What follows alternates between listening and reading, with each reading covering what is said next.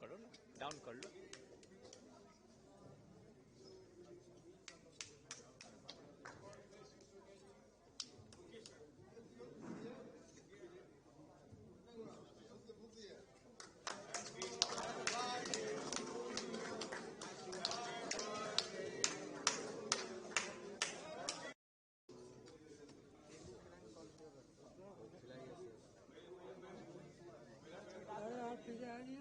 पीछे आइए, पीछे आइए, पीछे आइए, पीछे आइए।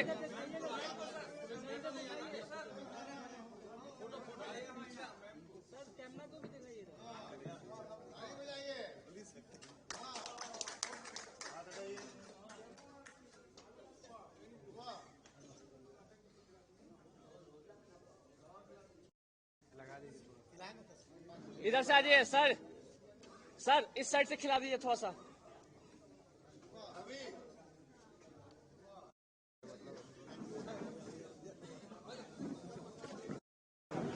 चलिए भाई, हम भी केक खा लें। चलिए बेटा, हो गया, थैंक यू।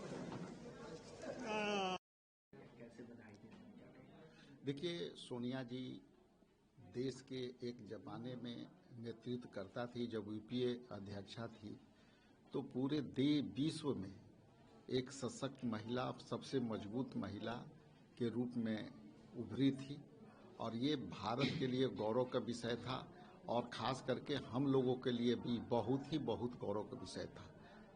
आज सोनिया जी को सब सुनने के लिए तैयार रहता है। हाल में आप देखेंगे कि सदन में और इसमें जो उनकी जो वक्तव्य है वो हर लोगों ने सोशल मीडिया पर उसको शेयर किया, बात किया और हम लोग आज सोनिया जी को एक बड़े ही मार्गदर्शक और अभिभावक के रूप में देखते हैं। आज उनकी जन्मदिन है, मैं आपके चैनल के माध्यम से मैं उनकी बधाई देता हूं और मैं ऐसा महसूस करता हूं कि हमारी वो शान शौकत हैं, महिलाओं के नेतृत्व करता है, महिलाओं के आइकॉन हैं और उनके जैसे सशक्त महिला जो राजीव जी की जो है शहीदी उनके समय में हुआ, इंदिरा जी को देखा तो उतनी बड़ी परिवार की विरासत में सब कुछ देखा और सब कुछ झेला, उसके बाद भी देश के एक संस्कृति के रूप में उनको देखा जाता है। जिस तरह से देश के संस्कृति के तौर पर वो अपने आप को ढाल के रखा है, तो ये बड़ी बात है भारत के संस्कृति के लिए। इंडिगो क्राइसिस पर प्रधानमंत्री मोदी ने कहा है कि सिस्टम को सही करना चाहिए, इम्प्रूव करना चाहिए, ना कि लोगों को हरास करना चाहिए। देखिए, सिस्टम के सही बात है कि सिस्टम को आप करना चाहते हैं, लेकिन सिस्टम को कैसे चलाना चाहते हैं ये दोनों में दो बात है। आप सिस्टम को यदि दुरुस्त करना है तो आप एक को एंट्री करोगे, एक को बाहर करोगे। ये सिस्टम दुरुस्त करने का मामला नहीं है, मामला है कि उस सिस्टम में उनके चहेते अडानी जी कैसे आवे। तो सिस्टम को दुरुस्त ऐसे करिएगा तो देश में क्राइसिस होगा, ये तो फौरी तौर पर है। और इंडिगो वाली जो समस्या है ये पूरी तौर पे ये आप यदि ट्रेनर को ला रहे हैं तो दूसरे तरफ अडानी जो ट्रेनिंग सेंटर खोल रहा है, तो ये सिस्टम को आप कैसे चाहते हैं? अडानी के माध्यम से सिस्टम को लाना चाहते हैं, बात तो यही है, ये साबित हो गया। अब आने वाला समय में देखिएगा कि राहुल गांधी जी जो भविष्यवाणी किए थे अपने एडिटोरियल में, वो बात सामने आ गई कि या तो मोनोपोली, देश में दो ये सिस्टम है, या तो मोनोपोली या फिर आप सत्ता का भी केंद्रीकरण, मतलब हर चीज में आप यदि कंपटीटर देंगे तो लोगों को लाभ होगा। लेकिन आप तो शुरू से आप इंडिगो को प्राथमिकता दे रहे हैं, आप नोटिस कब दे रहे हैं और एक बैक बंद कर रहे हैं, तो आपके पास कोई विकल्प नहीं है, सरकार का फेलियर है। वंदे मातरम को लेकर क्या कहेंगे? से लोकसभा में चर्चा हुई, आज राज्यसभा में चर्चा हो रही है, प्रियंका गांधी ने खुद अपना संबोधन दिया था। देखिए, वंदे मातरम देश में ये एक बहुत बड़ी आज़ादी के बाद की ये चुनौतियों भरी चीज थी। आज मोदी जी वंदे मातरम की जो बात कर रहे हैं तो आरएसएस के हेडक्वार्टर में 40 साल 45 साल तक राष्ट्रीय झंडा नहीं लगा, लेकिन जो लोग वंदे मातरम की बातें कर रहे हैं तो क्या वो वंदे मातरम के बंगाल में चुनाव से भी जोड़ के देखिए। पहले से ये तो लोग कभी आज़ादी के लड़ाई में इनकी तो कोई भूमिका रही नहीं। तो आज़ादी की लड़ाई लड़ने में जो है वंदे मातरम की जो है एकजुटता के लिए, देश को एकत्रित करने के लिए, देश को संदेश देने के लिए, लोगों को स्वतंत्र सेनानियों को उत्साह भरने के लिए लाई गई थी। लेकिन उस समय आरएसएस क्या कर रहा था, इनके लोग क्या कर रहे थे? उसी समय जो है अंग्रेजों से मिलकर इनकी कई जगह राज्यों में सत्ता चल रही थी, उनसे घुसे हुए थे।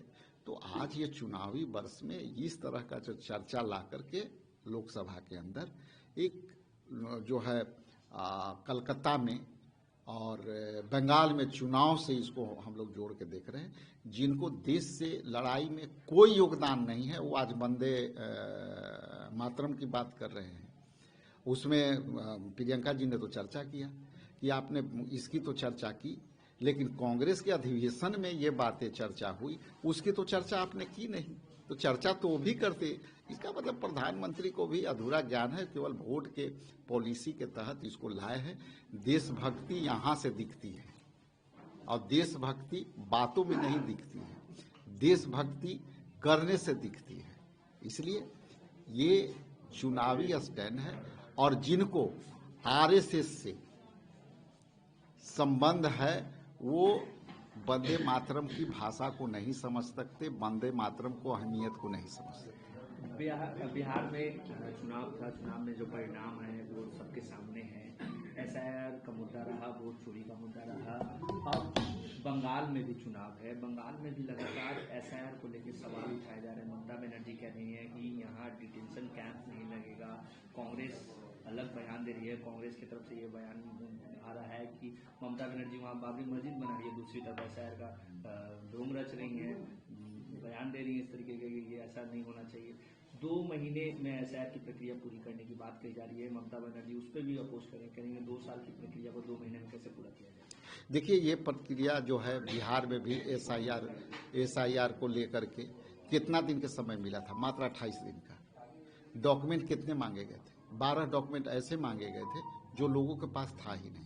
उसको लेकर के हम लोग वोटर अधिकार को लेकर के देखे कि पूरे बिहार में हम लोगों ने हमारे नेतृत्व में राहुल गांधी जी के नेतृत्व में सारी लड़ाइयाँ लड़ी।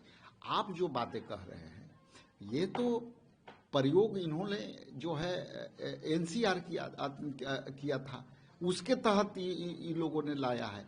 और वोट के नागरिकता के लिए जिस तरह से आप डॉक्यूमेंटेशन करते हो, कम समय देते हो, तो ये अपने आप में बड़ा प्रश्न चिन्ह है। आप बिहार में आप एसआईआर लागू किया, उसका बेनिफिट तो भाजपा ले गई। तो ये जो स्टैंड इनका है इलेक्शन कमीशन का, उसी दिन हम लोग समझ गए थे, हमारे नेता राहुल गांधी ने जो है आपत्ति दर्ज किया था कि साहब जिस समय इलेक्शन कमीशन ऑफ इंडिया का चयन की प्रक्रिया को एकदम कब्जे में किया गया, उसी दिन हो गया था कि अब इलेक्शन कमीशन जो है निष्पक्ष नहीं रहने वाला है। बिहार में आप देख लिए कि इलेक्शन के बीच में इनके लोग खुला पैसा बांट रहे थे, इनके लोगों को खाते में पैसा दे रहे थे, लेकिन इलेक्शन कमीशन ने तो कुछ नहीं किया। तो जो एसआईआर कराने का अधिकार किसको मिला है? केंद्र सरकार ने इलेक्शन कमीशन को दिया है और इलेक्शन कमीशन उनके पॉकेट के लोग हैं। यहाँ तो हम लोग चुनाव लड़ रहे हैं, कोई उम्मीदवार से और कोई राष्ट्रीय कोई हम लोग पॉलिटिकल पार्टी से थोड़े लड़े हैं, हम लोग इलेक्शन कमीशन के उम्मीदवार से लड़े हैं। तो वहाँ भी यही होने वाला है कि इलेक्शन कमीशन के उम्मीदवार वहाँ उतरेगा वेस्ट बंगाल में और उनके साथ लड़ना पड़ेगा, कोई भी पॉलिटिकल पार्टियाँ। इसलिए ये देश बांटने वाला, देश के लोगों को कमजोर करने वाला, वोटरों को अधिकार के छीनने वाला ये एसआईआर है। और इस समय सीमा का मामला नहीं है, आप साल भर में भी करोगे वही करोगे जो तुमको सूट करेगा, आप 10 दिन में भी करोगे वही करोगे जो तुमको सूट करेगा। लोगों को सूट करेगा ये काम नहीं करेगा। हाँ, टीएन शेषन जैसे आज लोग होते तो मोदी जी की सरकार नहीं बनती, ये पक्का था।